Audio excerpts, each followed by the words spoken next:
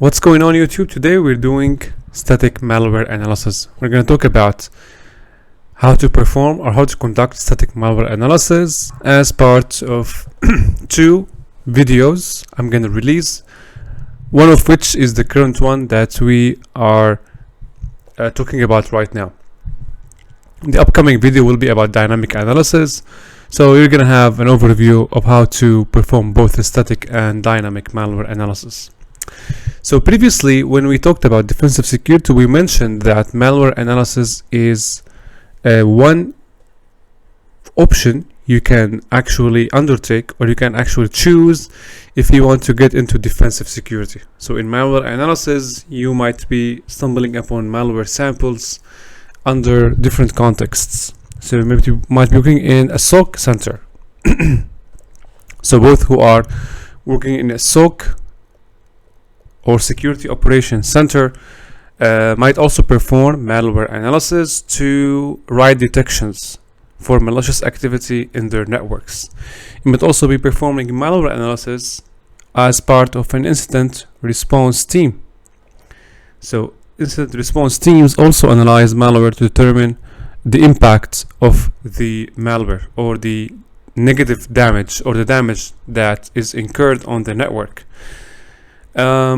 The reason for that is they want to actually produce a remediation, alright, and recover the environment as part of the incident response process. So also people who work in threat hunting as well. So if we work on threat hunting or threat intelligence, so why do these people also need to know how to perform malware analysis? Basically, in threat hunting, we want to look for indicators of compromise. So these people here, they look for something called the IOCs or indicators of compromise. This include IP addresses, domains, hashes. So they add these indicators of compromise and they feed it to security tools. Who also work in malware analysis? Also malware analyst, right? Malware analyst, dedicated malware analysts. So dedicated malware analysts, these people, they might be working for security vendor like AV companies, or they might be working for research company, or they might be working in OS companies like Microsoft or Google or Apple. So these people, they are dedicated to malware analysis. They actually analyze samples from time to time, if not daily, to add detections to security products or antiviruses, or to explore what kind of vulnerabilities that the malware is exploiting in order to add features to the OSs, or might be producing research about recent malware outbreaks. So these people work, or these people actually, those are the people who work in malware analysis. Now, one type of malware analysis is the static malware analysis. So before we step into static malware analysis, there are certain considerations that you might be actually doing, or you might need to pay attention to before doing any sort of malware analysis, whether it's static or dynamic. We're going to talk about these in the procedure. So now let's start with this malware analysis. So first is the definition of static malware analysis. So by definition, the static malware analysis is the process of analyzing and extracting the properties and attributes of a malware without opening it. So the main highlight in static malware analysis is that you don't open the file. Don't open the file. Okay, by any means. So it's like someone trying to sneak peek from the door without someone seeing them, right?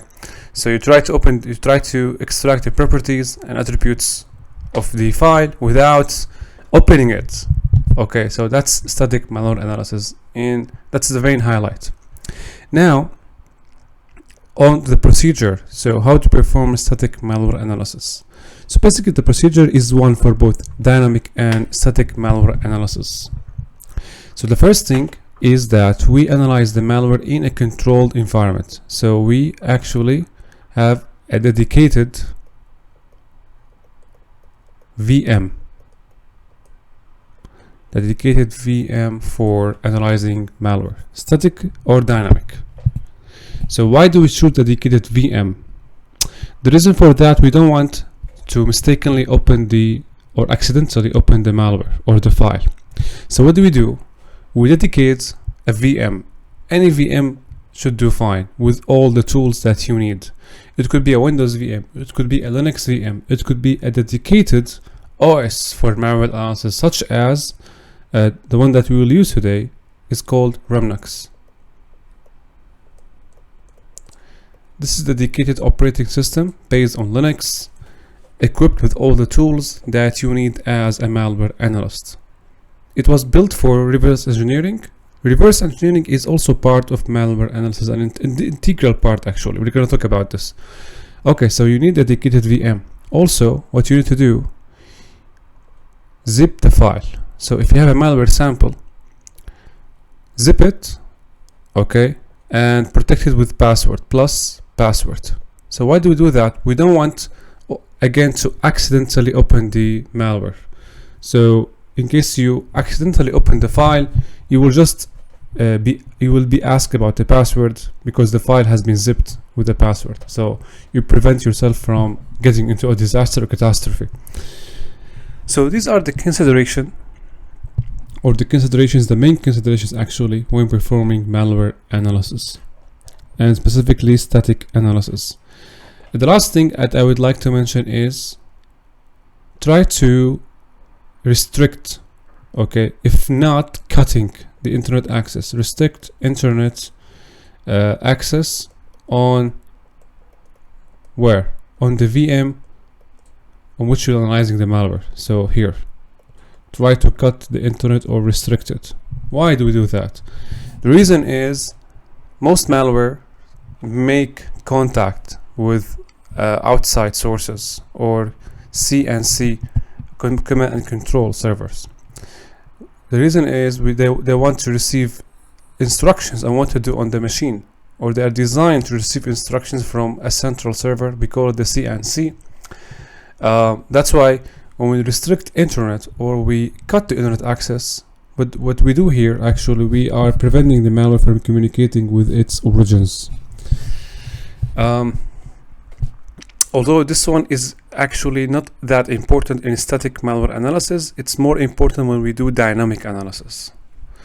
We will still be able to see the connection attempts the malware is issuing from our machine, but it won't be successful simply because there is no internet on the machine. Okay, now what are the objectives of static malware analysis? What is our aim when we conduct static? Why don't we just right off the bat jump to dynamic?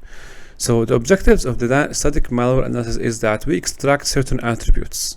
These attributes include, first, the hash. So I want to extract the MD5, the SHA-256 hash of the malware. So why do we extract the hash? The hash is used actually to further deepen the research about the nature of the malware. There are certain online tools that with the hash of the malware you can predict or actually decide its behavior. That's why we extract the hash. The next thing we do is we extract the strings. So with extracting the strings, we can actually find information about the API calls the malware is making. So the API calls, for example, in Windows, are sometimes called imports. So the malware is trying to use certain features written or certain features set in Windows or other operating system in order to perform a specific function without the need to write the code from scratch. We call this API calls. So here the API calls, the malware is communicating with certain features or functions with the operating system. Sometimes finding these calls, API calls, or finding the functions that are called helps in determining the nature of the malware. We can find these sometimes, not always of course, using the strings. So after the hash and strings, also we aim to extract something called the imports. So the imports again are the functions set in the operating system or available in the operating system to perform specific function.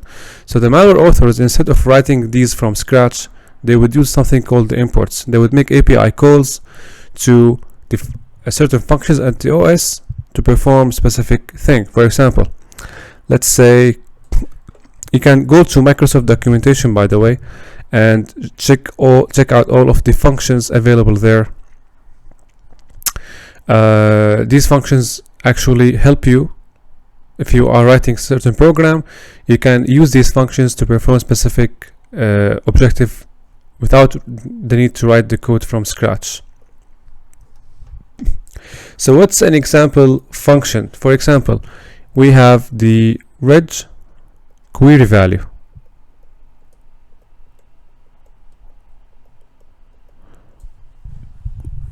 So a malware or any other program, by the way, would actually try to import this function.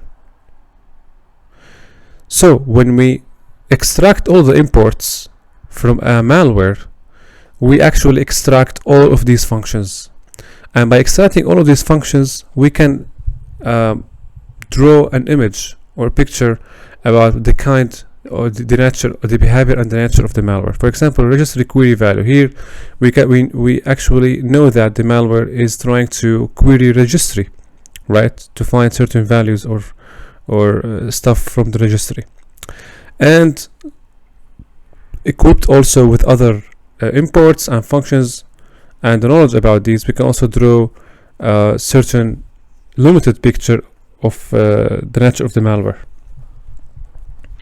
Also, you have other functions like URL download file or internet open function. These functions actually are very useful for you if you want to decide on the nature of the file. Now, other than the hash, the strings, the imports, also sometimes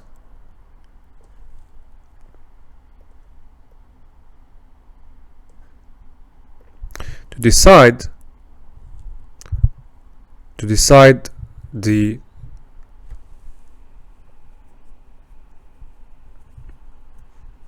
to determine the nature of the file.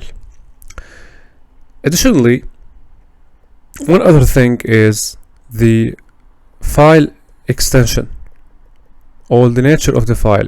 Yeah, extension I'm gonna call it. So an extension can be found by looking at the file, right? So for example, say we have payload.exe.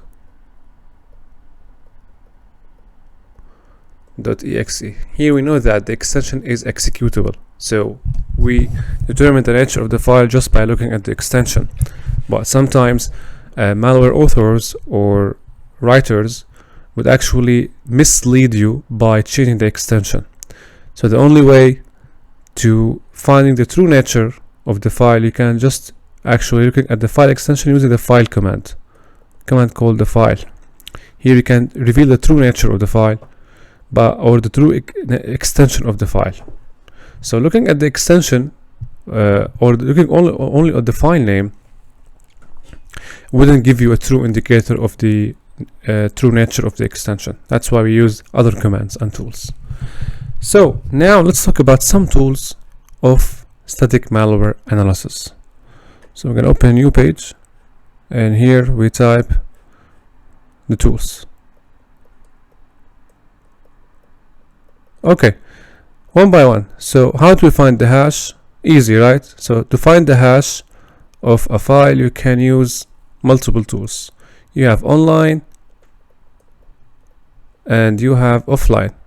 So since this is a simple and easy task, it's preferable if you use offline tools, right? For example, you have MD5sum. Also you have SHA-sum. These tools can be found through the command line in Linux or Mac. Even in Windows, you can actually look at the properties of the file. Of course, you're going to use additional tools for extracting the hash. And you can use online tools. Many online tools are there to just give you the hash of the file. So strings. Now the strings, self-explanatory, right? In Linux, there's a tool called it's called strings. So you type strings and then the file name, and you will be able to reveal all the strings in the file. Sometimes strings would also reveal useful information such as indicators of compromise. IP addresses, domains might be revealed when running strings. Imports and file extension. Let's first talk about the file extension. So file extension, you can use the file command on Linux. File, you just type file and then the file name. We're going to talk about this in the practical scenario. Now the imports. So the imports, let's type imports. Sometimes you will be able to see some of the imports or the API calls by running strings, but sometimes you will need a dedicated tool to reveal what's called the portable executable header. So in line of finding the imports, we sometimes resort to revealing the portable executable header. The portable executable header contains a lot of useful information for the analyst. For example, you can find the imports,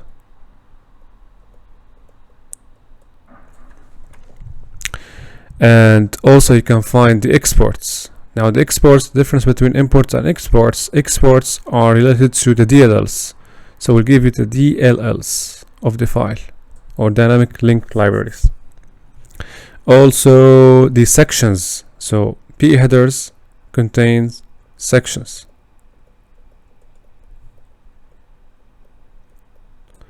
So the sections in a PE file depend on the compiler or baker used to compile or pack the binary.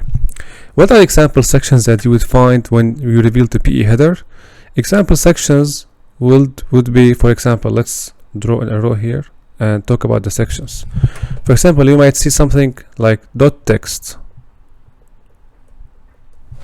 .text, this section generally contains the CPU instructions executed when the PE file is run.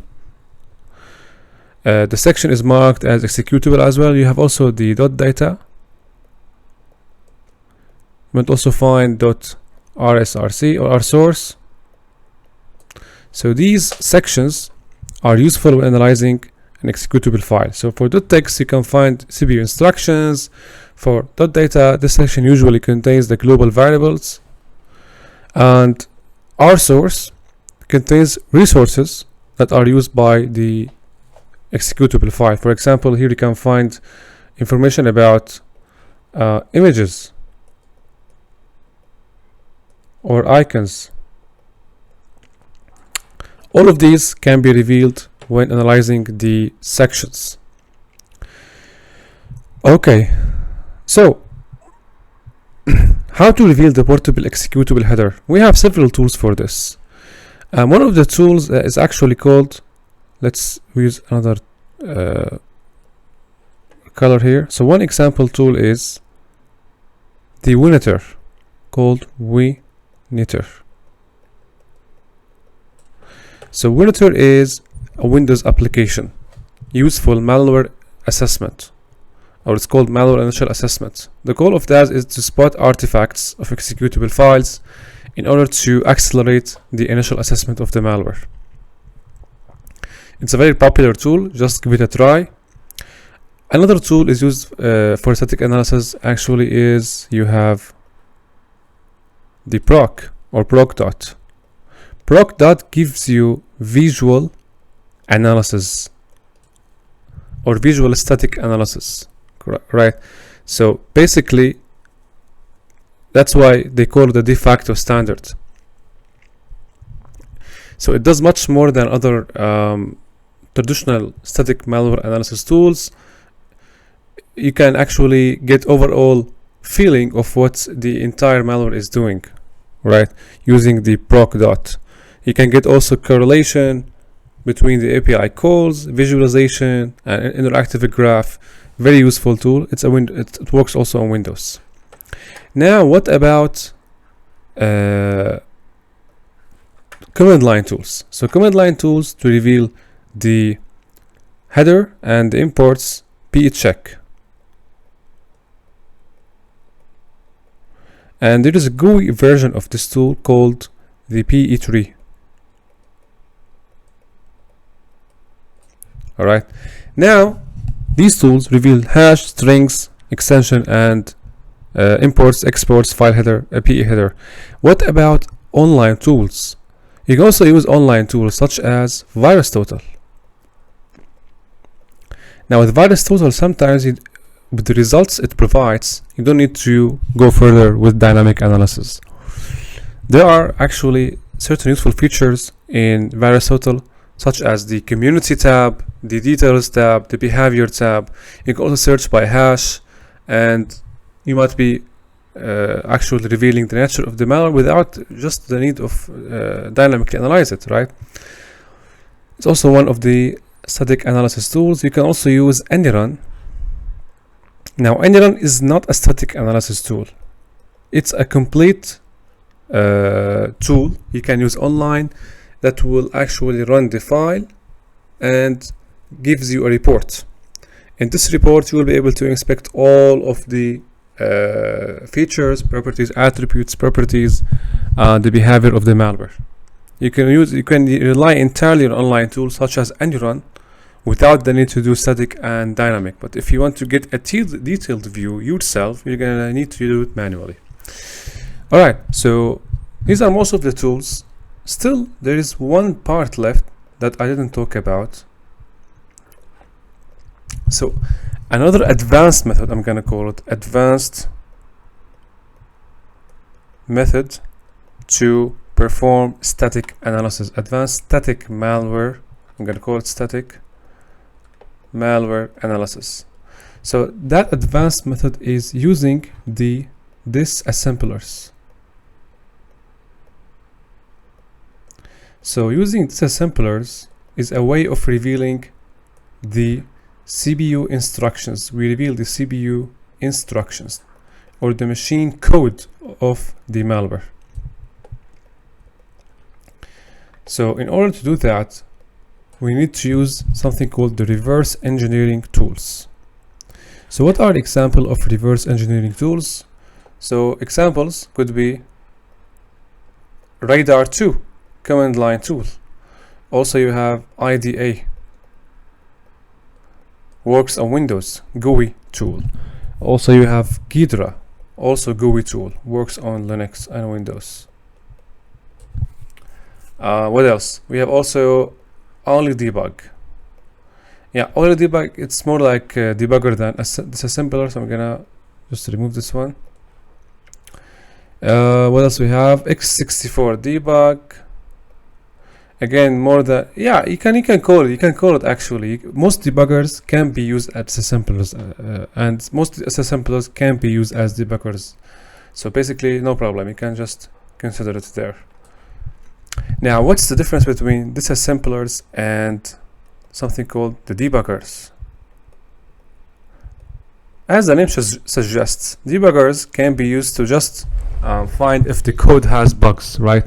So if you use debuggers to reveal the nature of the malware or the nature of the code, you're gonna have to do very unique thing that you won't do when you actually analyze the file in disassembler, which is actually using breakpoints.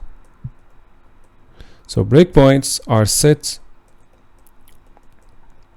at certain parts during certain parts in the malware code in order to just run the malware and stop it at a certain point to analyze its behavior. So debuggers, using the use of debuggers, can be actually considered as type of dynamic analysis, because with debuggers we run the file. Okay, we actually run the file and set breakpoints throughout the code in order to analyze the behavior. So now let's take a practical scenario, analyze a sample file and determine its nature using static analysis. Okay, so we're gonna analyze samples now. The samples that I'm analyzing here are actually under the ownership of TryHackMe. And by the way, there is a very excellent room about malware analysis or introduction to malware analysis. In this room, you can start the machine and try out different samples. This is the room, and here there are samples. You can just start the machine and analyze the samples there. It's called Intro to Malware Analysis. All right. So what do we have in here? We have a couple samples: WannaCry, string, redline, and this one. So let's first start with extracting the hash of the file.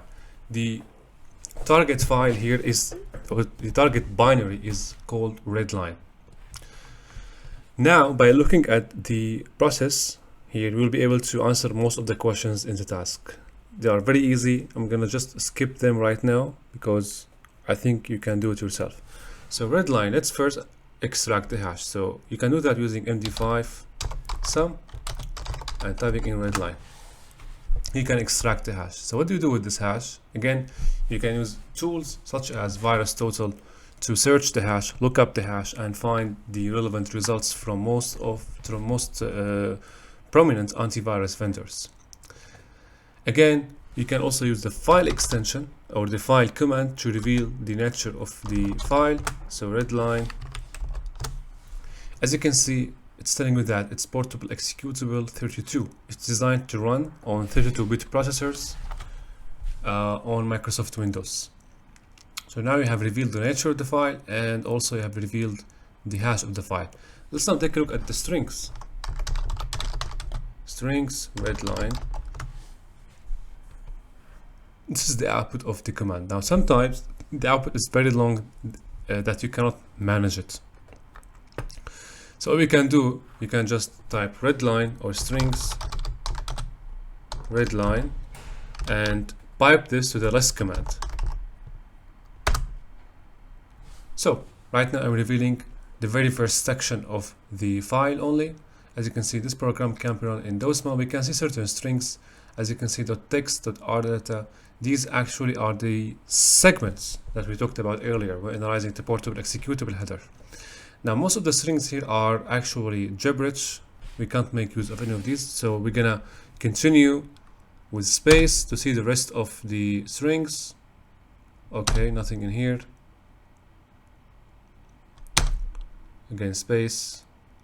Now here we can see, we start to see some stuff, as you can see. Set UP API. And also we have these, these are actually functions or imports. Okay, as you can see, these are the functions that the malware or the file is actually using through API calls. So when the malware is run, it will actually use or make API calls to these functions. These functions, by looking at these functions, if you don't know, if you don't recognize these functions, you can actually take them, Google them, and it will reveal the nature of every function. By understanding the objective of every function used in the binary, you will be able to partly tell what it does, right? Space. Here we can also reveal, again, as I said earlier, indicators of compromise, IP addresses, domains, hashes. We look for these file names, passwords, extensions, file paths, directories. These stuff might exist when you analyze strings, although not certainly in this example.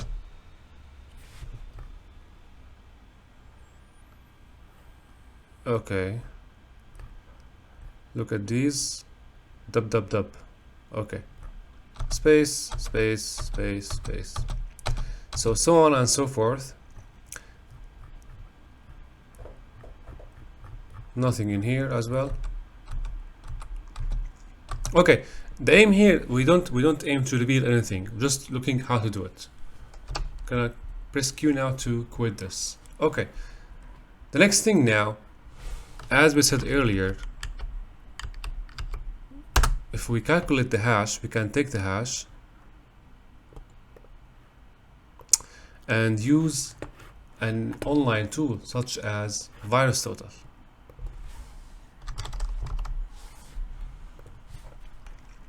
So VirusTotal search, put the hash. As you can see, we see here the output of the antivirus products. It's indicating that the current hash, as you can see here, belongs to a malware sample. And these are the classifications released by the antivirus products. That's what you first get in the detection section. If you go to details, you will get also plenty of information about the file that also you would get using static analysis. The MD5, SHA.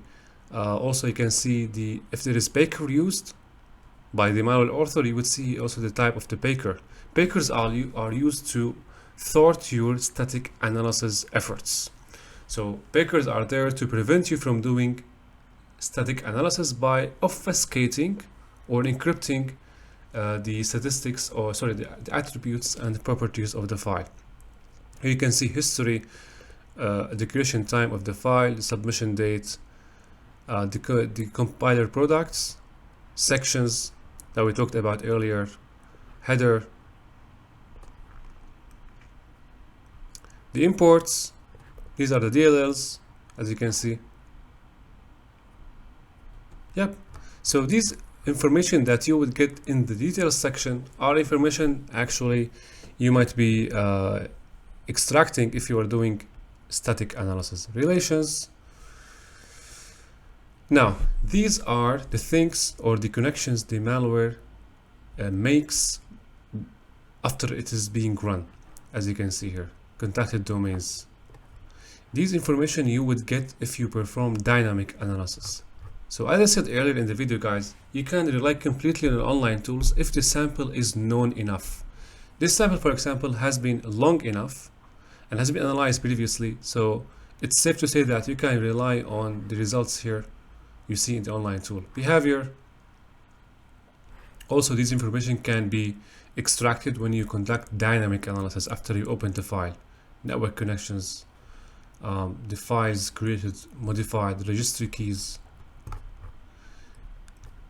and the community, what the community has to say about this file, what are the results that people extracted, okay, when they first analyzed the file. Another tool is called AnyRun.